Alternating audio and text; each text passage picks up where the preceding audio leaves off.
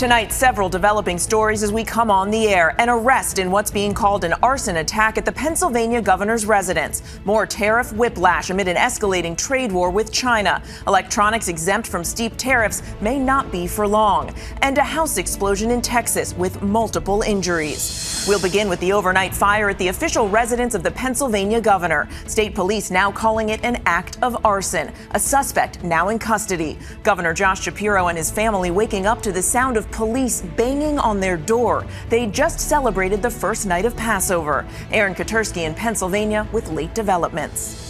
Next, Trump's tariffs. The White House saying the reprieve for smartphones and laptops is temporary because new targeted tariffs on semiconductors are coming. Businesses and consumers left confused by the back and forth. China demanding the tariffs be removed entirely. And will the president speak with the Chinese leader? Selina Wang on how the markets are reacting.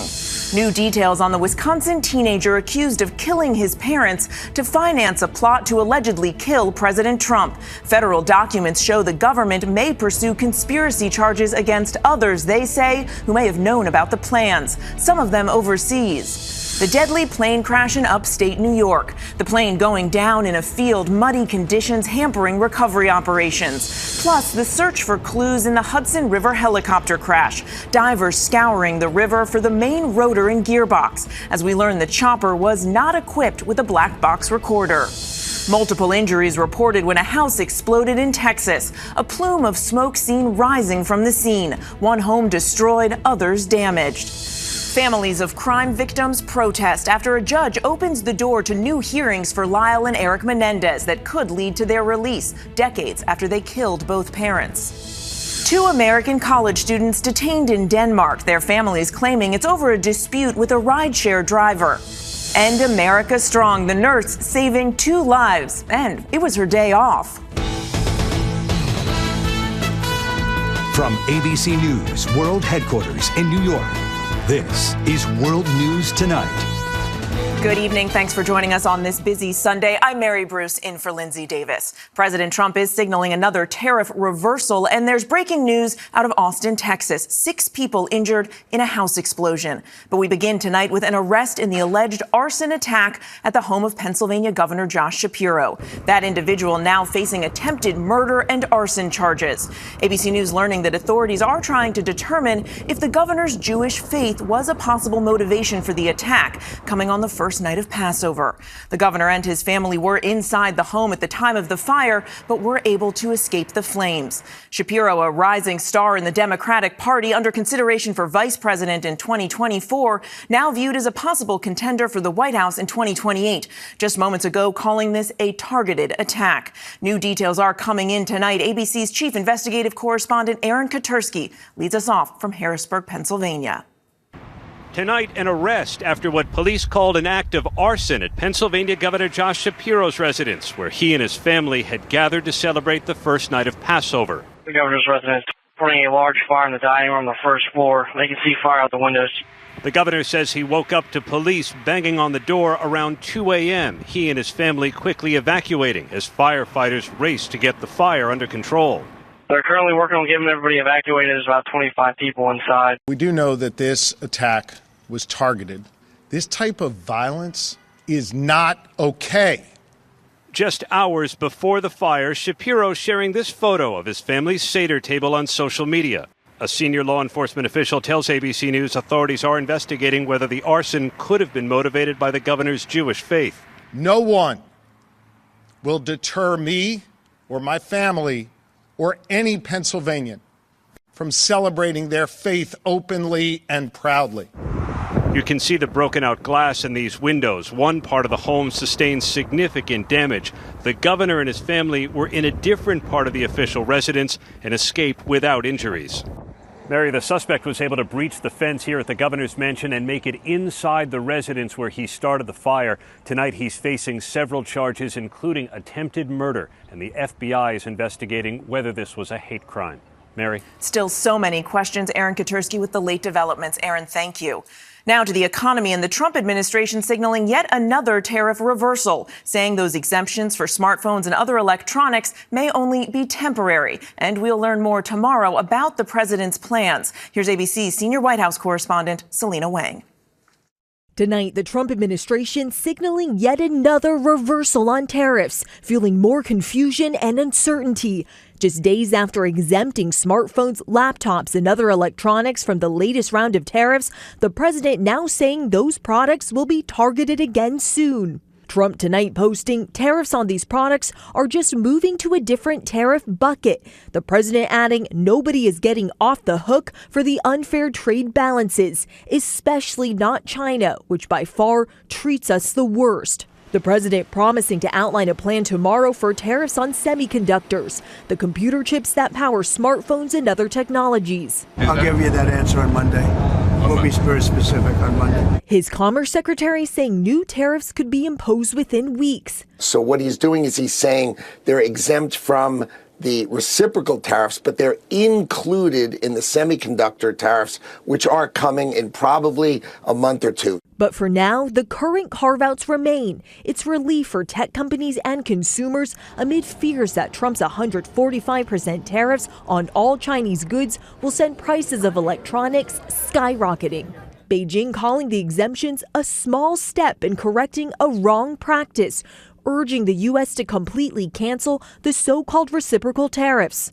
But the administration adamant these tariffs will help boost manufacturing in the United States. We need to have semiconductors, we need to have chips, and we need to have flat panels. We need to have these things made in America. According to Trump's trade representative, there are currently no plans for Trump to speak with Chinese President Xi Jinping. But negotiations are underway with other leaders after Trump announced a 90-day pause on his sweeping tariffs on most countries last week. 130 countries have responded, and we're negotiating with them. It's kind of almost a two-world system. There's a process about China, and that's very, very nascent, if at all, and then the process for everybody else. The flurry of tariffs and reversals already weighing on businesses and consumers. You can't get an economy strong and moving forward when it's loaded with chaos and corruption. Investors will not invest in the United States when Donald Trump is playing red light, green light.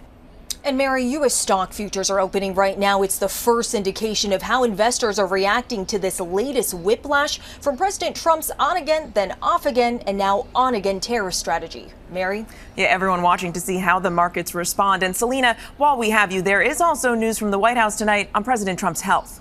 That's right, Mary. Today, President Trump's doctor released the results of his annual physical exam. The report says that the 78-year-old president remains in excellent health, both physically and cognitively, and is fully fit to execute the duties of the commander-in-chief. Mary? The president with a clean bill of health. Selina, thank you.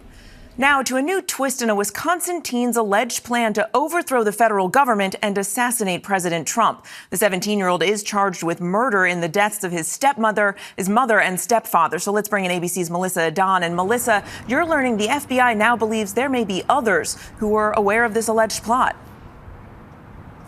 Mary, yes, these new federal documents are showing that the government is considering possible conspiracy charges. This against 17-year-old Nikita Kasap and also the others who they say had some knowledge about the alleged extremist plot. The FBI says the Wisconsin teen allegedly murdered his parents and was motivated by white supremacy with extremist neo-Nazi views in order to obtain the financial means and autonomy necessary to kill President Trump and overthrow the government. Well, federal affidavits say that Kasap was in contact with others who appear to have been aware of his plan and actions and also provided assistance. This including a couple of people overseas, as well as another person who Kasap allegedly told that he was going to go on a spree of violence. Mary? A bizarre and troubling story, Melissa. Thank you.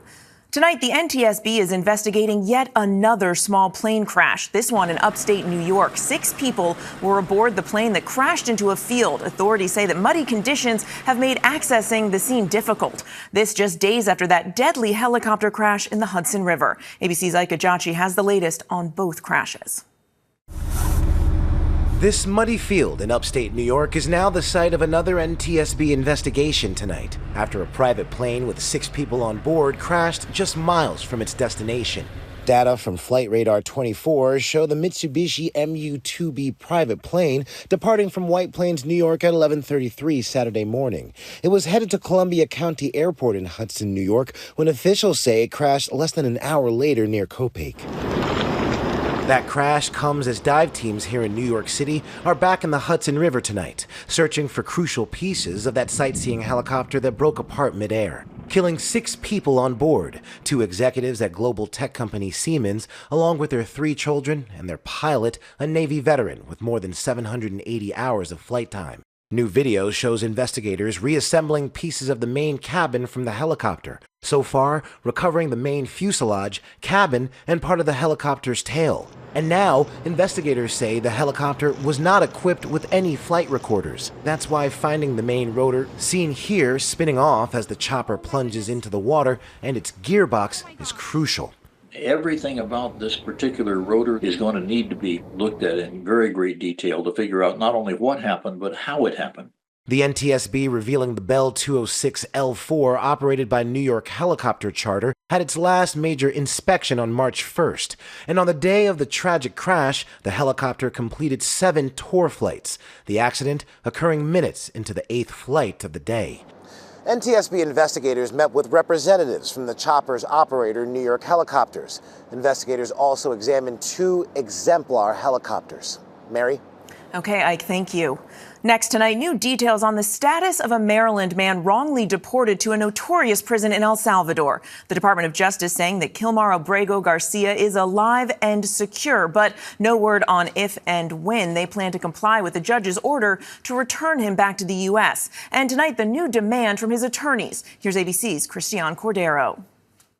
Tonight, new questions about the plans to return this man, Kilmar Abrego Garcia, who was wrongfully deported last month to a notorious Salvadoran prison. A federal judge in Maryland ordering daily status updates from the Department of Justice after its attorneys couldn't provide details on his whereabouts, despite the Supreme Court ordering Abrego Garcia be brought back to the U.S. The DOJ now says Abrego Garcia is alive and secure in the prison, but it's still unclear what steps they have made to facilitate his return. The federal government alleging Abrego Garcia is a gang member, though he has not been charged with any crime. His family denies the allegations. Abrego Garcia had a court order barring his deportation to El Salvador after escaping political violence there in 2011. Lawyers representing the husband and father are asking the administration be held in contempt, that the government fly him back immediately, and requesting he be granted parole. His attorney speaking with ABC's Pierre Thomas Friday. I'm not going to tell them which flight to put him on. The judge isn't going to tell them which flight to put him on. Of course the government gets to make those decisions, but they have to actually do it. Before the Supreme Court weighed in, President Trump said he would comply with their decision. I have great respect for the Supreme Court. If they said to bring him back, I would tell them to bring him back. Trump later appeared to backtrack, suggesting the U.S. doesn't have the authority to bring Abrego Garcia back. Referencing the 200-plus migrants sent to the prison, Trump wrote they, quote, are now in the sole custody of El Salvador, and their future is up to President Bukele and his government. Mary, it's unclear what conversations President Trump and President Bukele have had about this case, if any. Bukele is set to visit Trump at the White House tomorrow. Mary? All eyes will be on that meeting for sure. Christian, thank you. Now to a Russian missile strike killing dozens in Ukraine. It's the second massive attack to claim civilian lives in over a week. More than 100 people were injured. It came as many families were heading to church to celebrate Palm Sunday. Several world leaders are condemning the attack, and we want to warn you, the images are disturbing. Here's ABC's Marcus Moore. This is the moment Ukraine says 2 ballistic missiles from Russia struck the bustling city of Sumy as many people were out marking Palm Sunday. In video shared on social media, a car dashcam captured the devastating strike in northeastern Ukraine. Emergency Services says more than 30 people, including 2 children, were killed, and another 117 people were injured. Death and destruction in the streets of what is typically a celebration. Amidst the chaos and carnage, this woman is seen consoling a young child. Ukraine's President Zelensky calling for international pressure on Russia to end the war. a war that in recent weeks has seen an increase in civilian deaths. The latest salvo comes days after U.S. Special Envoy Steve Witkoff met with Russian President Vladimir Putin in Russia. It's part of an attempt to secure a ceasefire in Ukraine. While the talks were said to have been productive, a deal to pause the fighting and end this horror for civilians clearly remains distant. Mary, President Trump and Russian President Vladimir Putin have expressed an openness to meeting, but no date has been set on when they might meet in person. President Trump is calling for a swift end to the war. Mary. Okay, Marcus, thank you. Next tonight, 2 college students detained in Denmark after a dispute with a rideshare driver. The State Department is now working with their families. So let's bring in ABC's Phil Lipoff. So, Phil, what are you learning tonight? Mary, a family attorney tells us Owen Ray was on spring break with a friend in Denmark, in Copenhagen, Denmark. And the attorney tells us the two were heading back to their hotel the night of March 30th, had a dispute with their rideshare driver. The pair then exited the vehicle. The driver subsequently got out as well and kicked Owen. That's according to the attorney. Owen then pushed back and the driver fell. The attorney says that Owen and his friend ran away and then went to the airport for their separate flights home the next day. He says that's when authorities prevented them from boarding their flights, deeming them to be a flight risk. The attorney says the pair has been in custody since that time, though those details are a bit unclear. Danish police say they haven't been charged, but are expecting to make some sort of statement tomorrow. Mary? Okay, we shall see, Phil. Thank you. And there is still much more ahead on World News Tonight this Sunday. A once promising football star is found dead. The investigation into what led to his death. And the breaking news from Texas, an explosion levels a house, injuring several people. Next tonight, multiple injuries reported after a house exploded in Austin, Texas. Smoke was seen rising in the area just after the explosion, which leveled the home and left another in danger of collapse. 6 people were hurt, 1 critically. At least 24 houses in the neighborhood were damaged. The cause is now under investigation.